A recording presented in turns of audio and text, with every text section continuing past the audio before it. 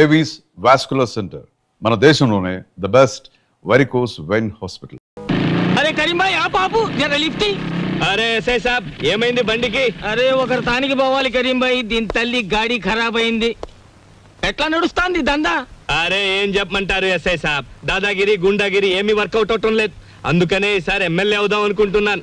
అది సరే గానీ సాబ్, ఇప్పుడు మిమ్మల్ని ఎక్కించుకొని నేను మోటార్ సైకిల్ మీద తిరుగుతుంటే చూసే జనం మన ఇద్దరి మధ్యలో ఏదో ప్లగ్ ఉంది అనుకోరు. ఊరుకో కరీం భాయ్, ఈ దునియాలో గోండా లెవెలు పోలీసు లెవెలు. నే కపిల్ దేవ్ లెక్క క్రికెటర్ అవుదాం అనుకున్నా, నడిచిందా? ఆడు క్యాచీలు పడుతుంటూ నేను దొంగలు పడుతున్నా. పుట్టకతోనే నువ్వు గోండాగా పుట్టినావా, నేను పోలీసునిగా పోతానా? అయినా నేను మఫ్టీలోనే ఉన్నా కదా, మంచిగానే నడుస్తుంది లేప్ప.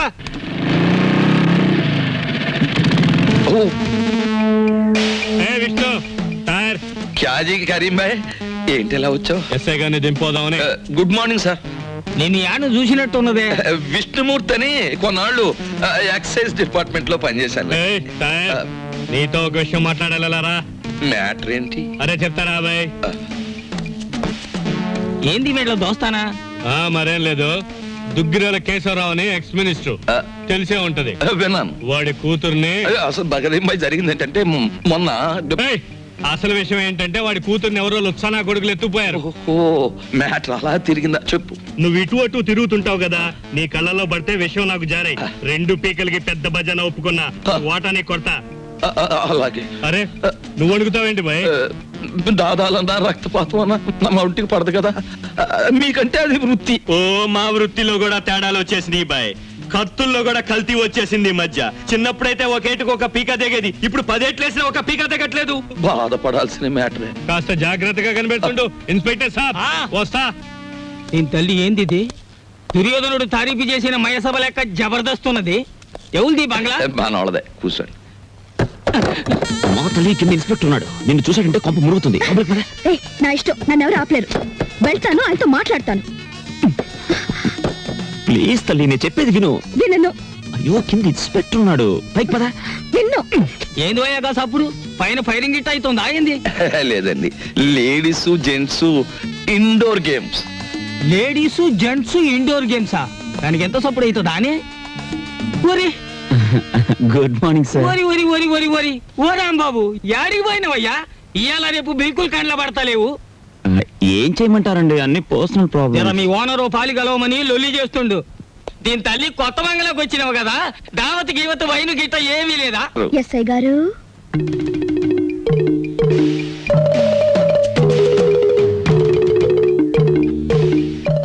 వైన్ తీసుకుంటారా? డ్యూటీలో లేను కదా, నడుస్తుంది. రాంబాబు ఎవలేమే?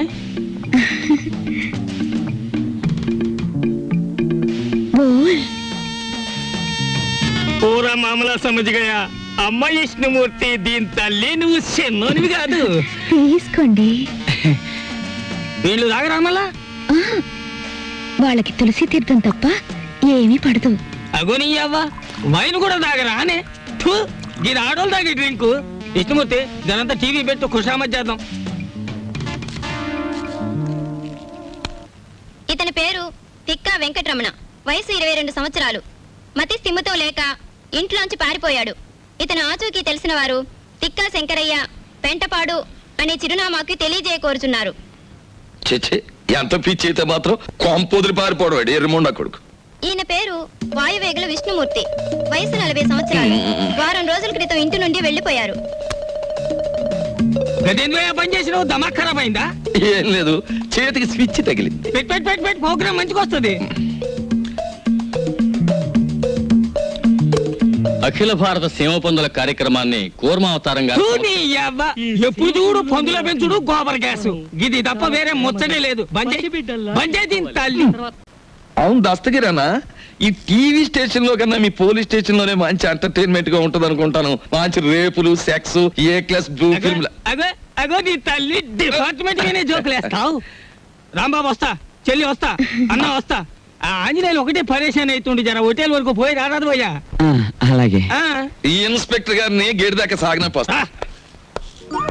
అమ్మయ్యా, ఏంటి అలా చూస్తున్నావు?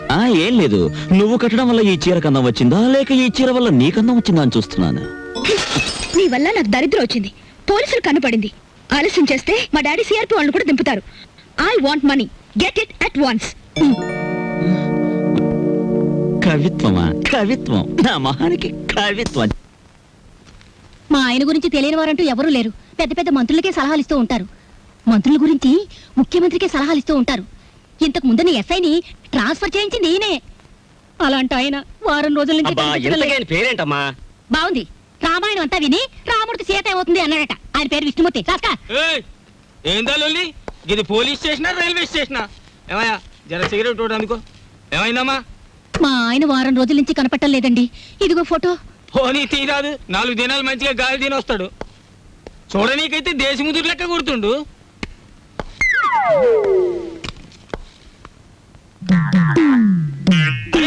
దీన్నేడో చూసినా టీవీలో కూడా ఫోటో ఇచ్చాను. నే టీవీలో చూడలే. ఆ వీన్ని కలిసిన. ఎక్కడున్నారో చెప్పండి, నేనే ఆయన భార్యని. ఏంది నగరాలు చేస్తున్నావా తేరి? ఈయన్ని చూసినా ఈయన పెండ్లాన్ని చూసినా పాపం గామి నాకు హాఫ్ బాటిల్ వైన్ కూడా ఇచ్చింది. ఎంత పోలీసు అయితే మాత్రం గప్పుడే మరుస్తానా అని? లేదు సార్, అది అబద్ధం. ఏంది వాళ్ళ ఫ్యామిలీలో పుల్లబెట్టనీకి చూస్తున్నావా? పొక్కలో పడేస్తా. అరే ఎడ్డు జర హుషారుకుండాలి, డేంజర్ సరదని లెక్క ఉన్నది. లేదండి, నేను చెప్పేది నిజం. మీకు దండం పెడతాను, ఆయన అడ్రస్ ఇవ్వండి. మంచిది, ఇస్తా. కానీ ఏదన్నా గడబడ గిట్ట అయిందో ఇద్దరిని బొక్కలిసి పొక్కలు పడేస్తా. హలో, చూడండి, ఎంత ఖర్చైనా పర్వాలేదు, నేను చూసుకుంటాను. ప్లీజ్ ఈ విషయంలో మీరు చాలా ఇంట్రెస్ట్ తీసుకోవాలి. నేను చెప్పానుగా, ఈ సంగతి ముఖ్యంగా అతనికి తెలియకూడదు. ఓకే? ఎవరికి ఫోను? నీకెందుకు? నువ్వు ఇక్కడున్న విషయం ఎవరికి తెలియకూడదు, నీకు తెలుసుగా. పోనీ విష్ణు అలాగే ఇక్కడ లేడు, నువ్వు ఇక్కడి నుంచి వెళ్ళిపో. మరి నీ చెల్లి ఆపరేషన్? నీకు నా వల్ల డబ్బు రావాలి, గుర్తుంచుకో.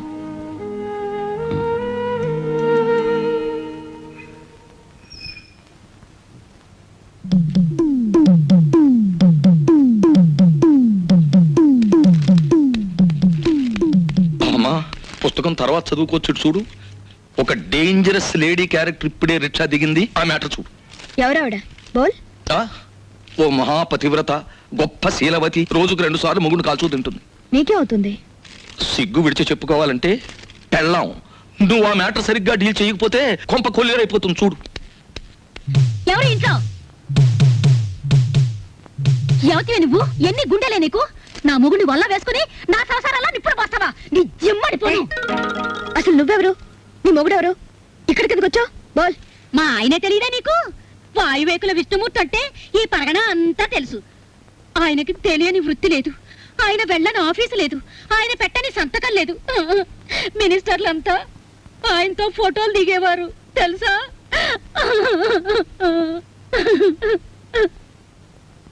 చెయ్యెత్తు మనిషి, చక్కటి బొద్దింక మీసాలు, నున్నటి క్రాఫు. ఏమిటి ఆయనలాగే ఉన్నారు? ఆయనే. ఏమండి?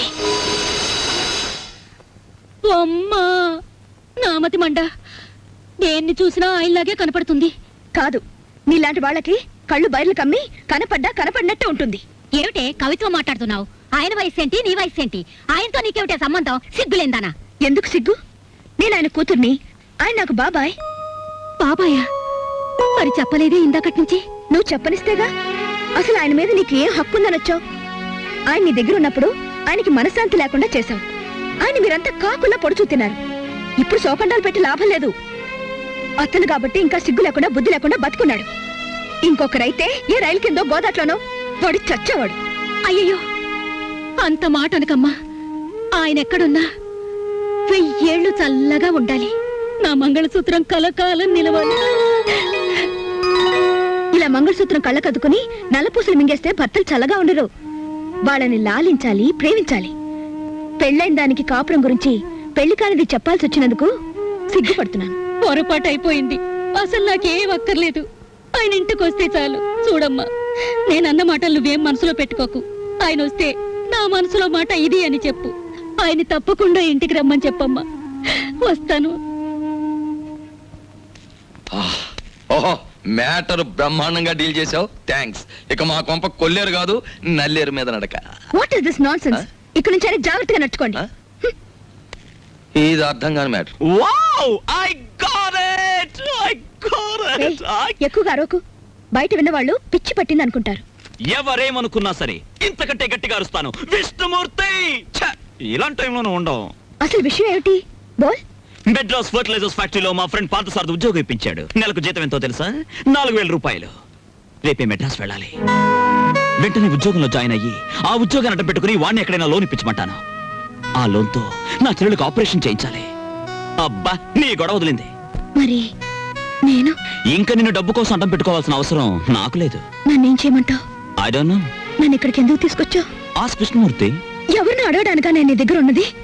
కేవలం డబ్బు కోసమే నన్ను ఇక్కడ తీసుకొచ్చింది. నేను వెళ్ళాలంటే మీరు నన్ను ఆపగలరా? నేను కావాలనే ఇక్కడున్నాను. ఉంటే ఉన్నావులే, ఇప్పుడు వెళ్ళిపో. కావాలంటే మీ నాన్న దగ్గర సారీ చెప్పుకుంటాను. ఇదిగో, నేను అసలే తిక్కదాన్ని. తిక్క రేగిందంటే మంచిదాన్ని కూడా కాదు.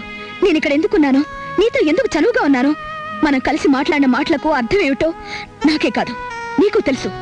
నాకు తెలియదు, నీకు తెలిస్తే చెప్పు. నీకు తెలుసు, నీ నోటితోనే చెప్పాలి, లేదా ఈ క్షణమే నీ కళ్ళ ముందు చస్తాను. ఒకరి నిర్ణయం ఆపడానికి నేనెవరిని? నేను చస్తానంటే కూడా నీకు బాధగా లేదా? నువ్వు చావని నాకు తెలుసుగా. ఏ? నువ్వు ప్రేమించిన నేను బతికే ఉన్నానుగా. నువ్వు నన్ను ప్రేమించలేదుగా అని నువ్వు నన్ను అడగలేదుగా. నువ్వు అడగకుండా నేను అడిగితే అసలే తెక్కదానివే. నన్ను కొట్టేస్తే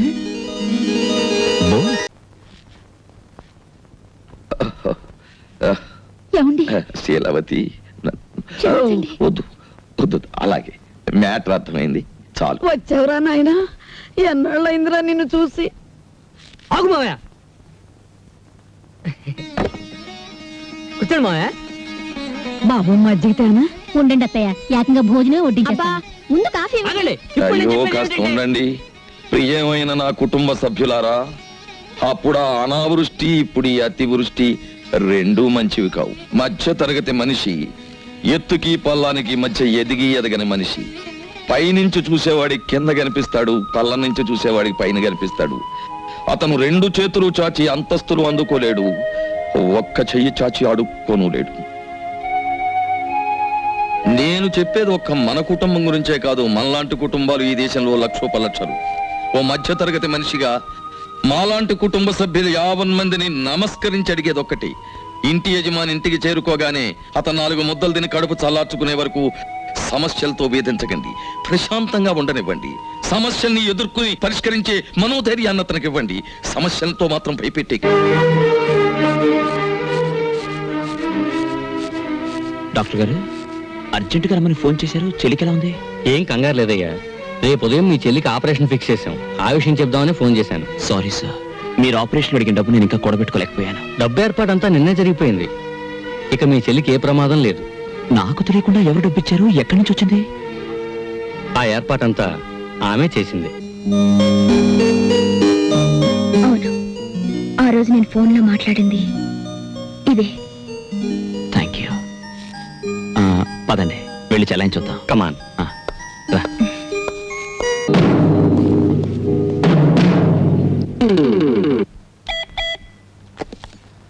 హలో హలో సాబ్, ఎస్, మీ అమ్మాయి దొరికింది. కథ వేరేలా ఉంది.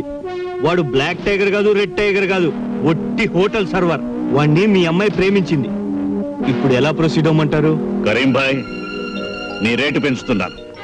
నిన్నటి వరకు ఇది నా కూతురి సమస్య, ఈవేళ నుంచి ఇది నా కుటుంబ సమస్య, నా పరువు ప్రతిష్టల సమస్య. 24 గంటల్లోగా వాడి శవం నాకు కనిపించాలి. ఓకే సాబ్. మొత్తానికి మా చెల్లెమ్మకు ఆపరేషన్ జరిగిపోతుంది. నీ మనసు మంచిది, అందుకే సమయానికి డబ్బు వచ్చింది. కరెక్ట్ బాబాయ్, రేపు ఆపరేషన్ జరిగిపోతుంది. వారం రోజుల్లో మా చెల్లెమ్మకు నయం కూడా అయిపోతుంది. అప్పుడు ఎంచక్కా మనం అందరం హాయిగా ఉంటాం. ఏమా, నువ్వేమంటావు చెప్పు. అవును, నా ఆపరేషన్ అయ్యే డబ్బు గురించి మీరు ఎటువంటి తప్పు చేయలేదు కదూ, చెప్పండి. నా ఆపరేషన్ డబ్బు కోసం మీరే తప్పు చేయలేదని నా మీద ఒట్టేయండి. అప్పుడే నేను ఆపరేషన్కి వెళ్తాను. లేదమ్మా, మరి నా మీద ఒట్టే చెప్పండి. మేమెప్పుడైనా తప్పుడు పని చేస్తే ఇంకెప్పుడు నా మొహం నీకు చూపించను అని తోటేసి చెప్తున్నా. అవును, మేము తప్పుడు పని చేస్తే మా మొహం ఎప్పుడు చూపించాం. నీ మీదొట్టు.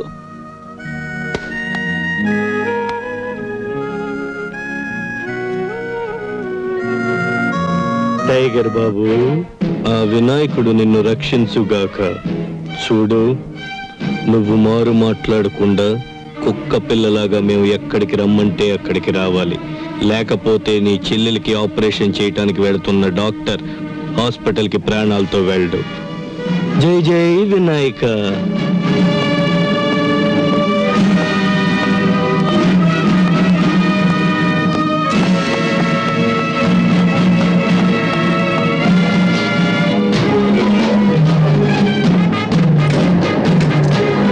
రాంబాబు ఎక్కడికి వెళ్ళాడమ్మా? ఆపరేషన్ చేసే టైం అయింది, ఆపరేషన్ టైంకి దగ్గరుండి తీరాలని మరీ మరీ చెప్పాడు డాక్టరు. 6 నెలలైంది ఆపరేషన్ చేయించుకున్నాను మరాయిస్తోంది సీత. పొద్దున్న నుంచి చాలా బెంబేలుగా ఉన్నారు. నాకు ఏమీ చెప్పలేదు. ఏమండి ఏమండి ఏమండి, మన రాంబాబుని ఎవరో రౌడీ వ్యాన్ లో ఎక్కించుకొని వెళ్ళిపోతున్నారండి. నేను పరిగెత్తాను కానీ దొరకలేదు. ఇది ఎవరిదో కాదు, మీ నాన్న చేసిన పని. Daddy daddy daddy.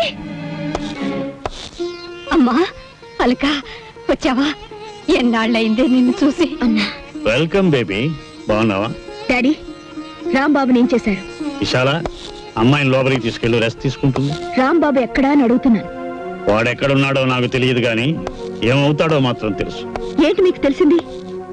ఇంకా కొన్ని క్షణాల్లో వాడు ముక్కలు ముక్కలు అవుతాడు. డాడీ, వాళ్ళు నన్ను కిడ్నాప్ చేశారనగా మీ కోపం? అది నేను చేసిందే. మీరు డబ్బు నాకు ఇవ్వడం లేదని వాళ్ళతో నేను పట్టుబట్టి గొడవ చేయించాను. అంతేగాని వాళ్ళు తప్పేం లేదు. ప్లీజ్ డాడీ, నా మాట వినండి. అతన్ని ఏం చేయకండి. పిచ్చిదా, వాడు నిన్ను కిడ్నాప్ చేశాడని తెలిసాక నిన్ను రక్షించుకోవాలనే అనుకున్నా. కానీ వాడు నిన్ను ప్రేమించాడని కూడా తెలిసాక వాడిని లోకంలోనే లేకుండా చేయాలని నిర్ణయించుకున్నా. ఆఫ్టర్ ఆల్, ఒక హోటల్ సర్వర్ నిన్ను ప్రేమించడమా? డాడీ, ఆ సర్వర్ తోటే నీ కూతురు 15 రోజులు రాత్రి పగలు ఒంటరిగా గడిపింది. అతని దగ్గర నేను చెడిపోయి ఉంటే నువ్వేం చేయగలవు? అదేమంత కష్టమైన పని కాదు బేబీ. డబ్బు ఎంత పెద్ద తప్పునైనా కప్పిపుచ్చుతుంది. ఆ డబ్బు మీ తప్పుల్ని కప్పిపుచ్చుతుంది, మీరు చేసే అన్యాయాల్ని న్యాయంగా మారుస్తుంది. ఎందుకంటే అది డబ్బు గనక. కానీ సార్, అంత పవర్ఫుల్ డబ్బుని నేల మీద జల్లి గుప్పెడు ధాన్యం పండించగలరా? చనిపోయిన మనిషికి ఊపిరిపోయగలరా? No sir. డబ్బుకు లోకం దాసోహం అనుకునే మీ బోటుగాళ్ళకి డబ్బే సర్వస్వం కావచ్చు గాని మానవత్వానికి పట్టాభిషేకం కట్టాలనుకునే మా బోటుగాళ్ళకి డబ్బు అనేది కేవలం రంగుల చిత్తు కాగితం. ఆ చిత్తు కాగితాల కోసమేగా నా కూతుర్ని కిడ్నాప్ చేసి అడ్డదారిలో డబ్బు గుంజాలని ప్రయత్నించావు. పెద్ద పుల్ని కొట్టాలనే వేటగాడు కూడా చాటు నుంచే కొడతాడు, ముందు నుంచి కొట్టాడు. మా ముందున్న సమస్య మాకంటే చాలా బలమైందని తెలిసినప్పుడు మేము దొంగ దెబ్బే తీయాలి సార్. క్షమించరాని తప్పు చేసింది చాలక ఇంకా నన్నే ఎదిరించి మాట్లాడుతున్నావా? ఎదురించడమే కాదు, ఇప్పుడు మా రాంబాబు ఎక్కడున్నాడు, ఎలా ఉన్నాడు నిజం చెప్పండి. ఆ దేవుడు దిగి వచ్చినా చెప్పను. నిలువెల్ల అన్యాయాలతో నిండిపోయిన మీ చేత నిజం చెప్పించడానికి ఆకాశం నుంచి ఆ దేవుడే దిగిరానక్కర్లేదు. తెగిస్తే ఆ దేవుడు పేరు పెట్టుకుని విష్ణు ముట్ట చాలు. ఈ వేళ నుంచి అయినా నిన్ను ప్రేమించే 4 మనుషుల్ని సంపాదించుకో. ఎందుకంటే ప్రపంచ విజేతను కావాలని విర్రవీగి 4 గోడల మధ్య పిరికి చావు చచ్చిన హిట్లర్ కంటే నువ్వు గొప్పవాడివి కావు. నేను చెప్తాను బాబు. ఆయన కరీంతో మాట్లాడుతుండగా విన్నాను. ఇదంతా గోదావరి ఒడ్డునున్న మా కంపెనీలో జరగచ్చని అనుమానం. థ్యాంక్స్ అమ్మా. డాడీ, నువ్వెంతటికైనా సమర్థుడివి.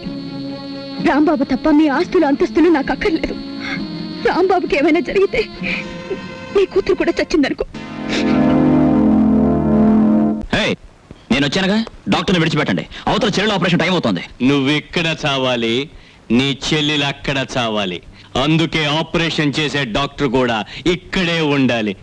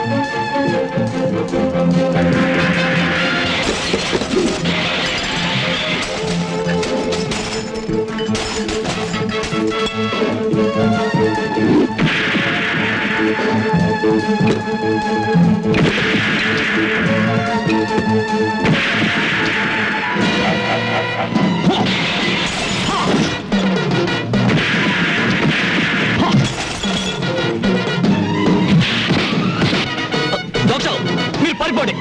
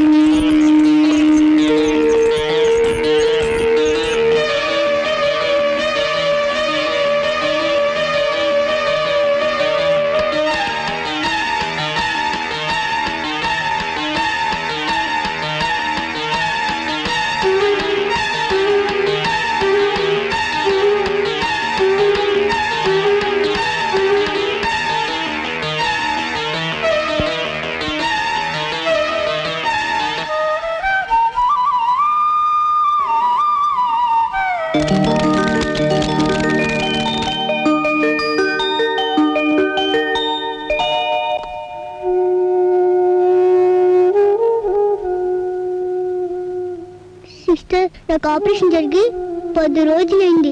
అందరూ వస్తున్నారు కానీ అన్నయ్య అంకుల్ ఇక్కడికి రాలేదు. ఏ సిస్టర్? చెప్పు sister. Doctor uncle, doctor uncle, doctor uncle. ఏమైందమ్మా? డాక్టర్ అంకుల్, వాళ్ళెవ్వరు ఏమీ చెప్పట్లేదు. అన్ని గురించి మీరేమి చెప్పండి అంకుల్. అన్నయ్యకి ఏమైంది చెప్పండి అంకుల్. మనం అనుకున్నది ఒకటి జరిగేలోగా అనుకోని 1,00,000 జరిగిపోతాయమ్మా. నీ సుఖం కోసం, నీ బ్రతుకు కోసం, ఈ క్షణం కోసం ఎంతో విలవిల్లాడిన ఆ మనసు ఎందుకో ఎందుకో ఎందుకో కనిపించకుండా పోయిందమ్మా. అన్నయ్య కావాలి, నాకు అన్నయ్య బేబీ కావాలి. ఆగమ్మా, నాకు అన్నయ్య కావాలి, ఊరుకోమ్మా. నాకు అన్నయ్య బేబీ కావాలి. చెప్పిన మాట వినమ్మా. నువ్వు రెస్ట్ ఆగమ్మా, నాకు అన్నయ్య కావాలి. ఊరుకో.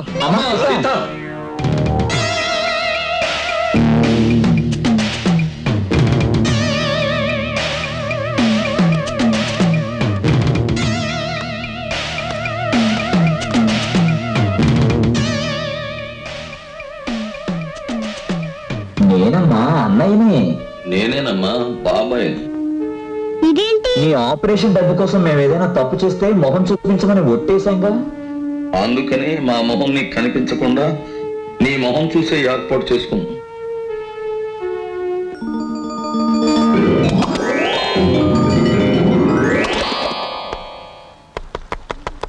ఏంటే మీరు చేసిన తప్పు? కాబోయే పిల్లలు నువ్వు కిడ్నాప్ చేసావు అంతే. ఆడపడుచుగా అమ్మాయి డబ్బులు ఇచ్చుకుంది అంతే. స్నేహితుల కోసం గోదావరికి తెలియకుండా బిడ్జిని నమ్మేశాడు అంతే. ఈ మాత్రం దానికే మీరు ఇలా కుండలేసుకుని తిరుగుతూ ఉంటే మిగతా లోకం అంతా ఎలా ఉండాలో ఒకసారి ఊహించండి. ఆవ్